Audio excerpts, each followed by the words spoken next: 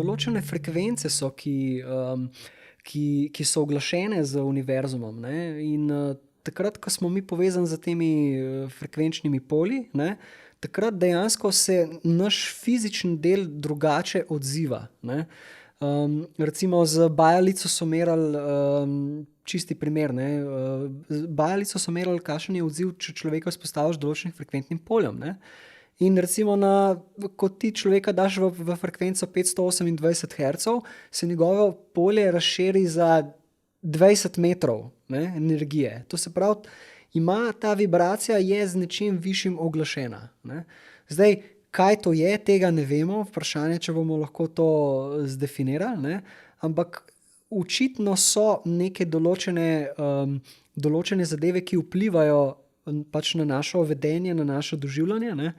In konkretno recimo tudi ta 528 Hz, katero je dostikrat opevana in pravijo, da je to frekvenca ljubezni in tako, ne. Take stvari ne moreš vedeti. Tukaj je zelo veliko nekega ezoteričnega nonsensa, ampak so pa konkretni raziskave recimo na miših, ne. Kaj se zgodi pri miših, ko jih izpostaviš te določene vibracije, ne. So ugotovili, da pač se hormoni drugače odzivajo, ne. Da je testosteron, da se zniža, ne. In da so te miše potem tudi veliko bolj umerjene in da spremenijo vedenje zaradi tega, ne. Lej, na YouTubu je cel kup neke glasbe, ki naj bi služila za dvig določenega razpoloženja, ne. In sem šla prav pregledat, kako so navedene. Recimo, piše 417 Hz čisti negativno energijo zdravi, piše 528 Hz frekvenca ljubezni, 741 Hz čisti toksine itd. Skratka, odkje te frekvence, kdo jih je določil, kdo jih je raziskal, zanima me, kaj je na temu, no.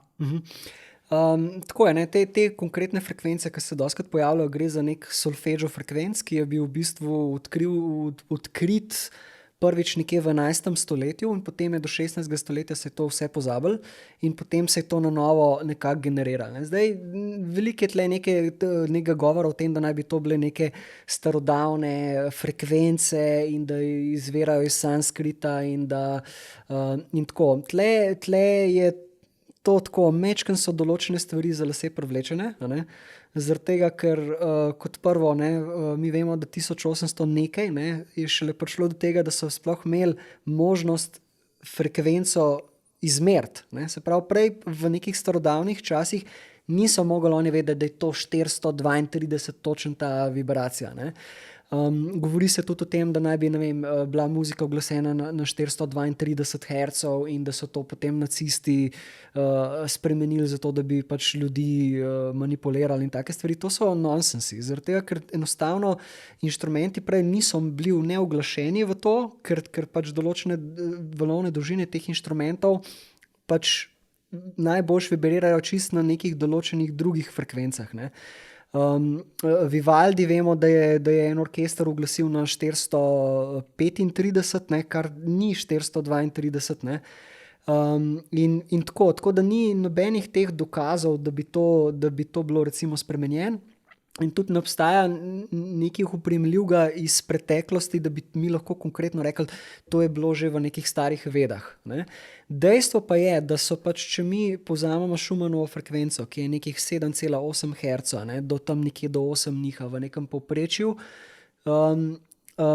če mi to pomnožimo z nekimi določenimi števili, pridemo do teh solfeggio frekvenc. To pomeni, da te frekvence so uglašene z nekim našim bivalno vibracijo na tej zemlji, ne. Se pravi, definitivno ugodno, ja, zaradi tega, ker pač če spet razmišljamo, ne, v smislu frekvenc, ne, se pravi, tudi naša atmosfera, ne, ima neko okolje, neko recimo specifično gostoto zraka, to so vse vibracije, ne, v katerem nam omogočajo, da mi živimo, ne, določen recimo procent svetlobe je potreben za življenje, ne, vode in to so vse neke vibracije. Ne? In zdaj, če smo mi uglašeni v ta polja teh vibracij, sigurno mora imeti blagodejne učinke, ne? In jih tudi ima po raziskavah sodeč. Ne? Zdaj, jaz bi se od tega distanciral, da je to zdaj